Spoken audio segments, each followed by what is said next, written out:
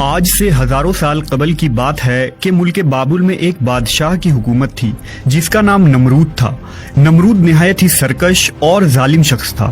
اس نے خدا ہونے کا جھوٹا دعویٰ کر رکھا تھا اور جو اسے خدا نہ مانتا اس پر بہت ظلم و ستم کرتا تھا۔ نمرود خود بت پرست تھا اور اپنی سلطنت میں بھی بت پرستی کی اشاعت کیا کرتا تھا۔ نمرود کا محل مختلف قیمتی پتھروں کے بنائے ہوئے بتوں سے بھری ہوئی تھی۔ اللہ نے نمرود اور بابل کے لوگوں کی طرف حضرت ابراہیم علیہ السلام کو معبود فرمایا۔ آپ نے نمرود کو اللہ کی عبادت کی طرف بلایا، مگر نمرود کی جہالت، گمراہی اور بادشاہت کے غرور نے اسے اللہ کے انکار پر کھڑا کر دیا۔ جب حضرت ابراہیم علیہ السلام نے کہا میرا اللہ تو وہ ہے جو زندہ کرتا ہے اور مارتا ہے، تو نمرود نے جواب دیا کہ میں بھی زندہ کرتا ہوں اور مارتا ہوں۔ ابراہیم علیہ السلام نے کہا میرا رب مشرق سے سورج کو نکالتا ہے، اگر تو خدا ہے تو مغرب سے سورج نکال کر دکھا۔ یہ سن کر نمرود لاجواب ہو گیا۔ نمرود نے غصے میں یہ حکم دیا کہ ابراہیم کو بطور سزا آگ میں ڈال دیا جائے۔ لہذا بابل کے لوگوں نے ایک خاص مقام پر لکڑیاں جمع کرنا شروع کر دیا۔ جب لکڑیاں جمع ہو گئی تو نمرود کے حکم سے اس کے کارکنوں نے ان لکڑیوں میں آگ لگا دی، جس کی حرارت اتنی زیادہ تھی کہ کوئی اس کے قریب بھی نہ جا پاتا تھا۔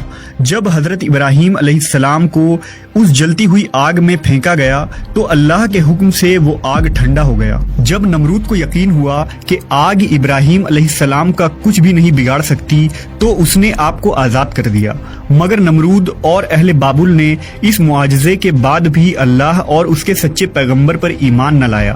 اس کے برخلاف نمرود نے بابل میں ایک عظیم مینار بنوانے کا حکم دیا جس کے ذریعہ وہ ابراہیم کے خدا سے مقابلہ کر سکے۔ اس نے مزدوروں کو یہ حکم دیا کہ اس مینار کو اتنی بلندی تک تعمیر کیا جائے کہ بادلوں تک پہنچ جائے، تاکہ وہ آسمان کے خدا سے جنگ کر کے اس کی سلطنت کو بھی فتح کر لے۔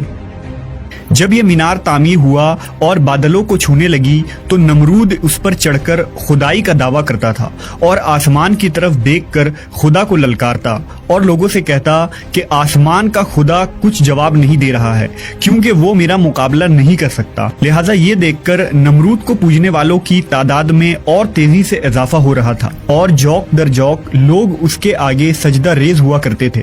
لیکن نمرود اس بات سے بے خبر تھا کہ بہت جلد وہ اللہ کے غضب کا شکار ہونے والا ہے اور ایک سخت عذاب اس پر جلد مسلط ہونے والی ہے۔ اللہ نے ایک آسمانی فرشتے کو نمرود کے دربار میں بھیجا۔ اس نے نمرود کو ایمان قبول کرنے اور لاشریک معبود پر ایمان لانے کی دعوت دی، مگر غرور و تکبر سے چور نمرود نے انکار کر دیا۔ فرشتے نے نصیحت کرتے ہوئے کہا خدا کی قدرت اور طاقت تم اور تمہاری فوج سے کئی زیادہ ہے، اگر وہ چاہے تو تجھے اپنی سب سے کمزور مخلوق کے ذریعہ ہلاک کر سکتا ہے۔ لہٰذا نمرود نے خدا سے مقابلہ کرنے کا تقاضا کیا۔ فرشتے نے نمرود کو 3 دن کی مہلت دی جس میں اس نے اپنی تمام لشکر کو جمع کر لیا اور پوری طاقت و قوت کے ساتھ جنگ کے لیے تیار ہو گیا۔ تیسرے دن کی صبح اللہ نے مچھروں کا ایک بڑا لشکر بھیجا جو تعداد میں اتنے زیادہ تھے کہ سورج کی روشنی نظر نہیں آتی تھی۔ یہ مچھر پورے بابل شہر میں پھیل گئے اور نمرود کی لشکر پر حملہ کر دیا۔ مچھروں نے لشکر کے سپاہیوں کے خون چوس لیے اور گوشت چاٹ گئے، ان لوگوں کی صرف ہڈیاں باقی رہ گئیں۔ ایک مچھر نمرود کے ناک میں داخل ہو گیا اور ناک کے راستے دماغ میں گھس گیا اور مغز کھانے لگا۔ درد کی شدت سے نمرود پاگل ہونے لگا۔ اس نے اپنی تکلیف ختم کرنے کے لیے اپنے سپاہی کو سر پر ڈنڈا اور تھپڑ مارنے کو کہا۔ جب یہ لوگ نمرود کے سر پر ڈنڈا مارتے تو مچھر کاٹنا چھوڑ دیتا اور جب ڈنڈا نہ پڑتا تو پھر کاٹنا شروع کر دیتا۔ حالت اتنی غیر ہو گئی کہ اب جو شخص بھی نمرود کے دربار میں آتا وہ اسے اپنے سر پر جوتے مارنے کو کہتا۔ یوں اسے 400 سالوں تک جوتے اور ڈنڈے پڑتے رہے اور خدائی کا دعویٰ کرنے والا اتنی بڑی سلطنت کا بادشاہ ذلت کی موت مر گیا۔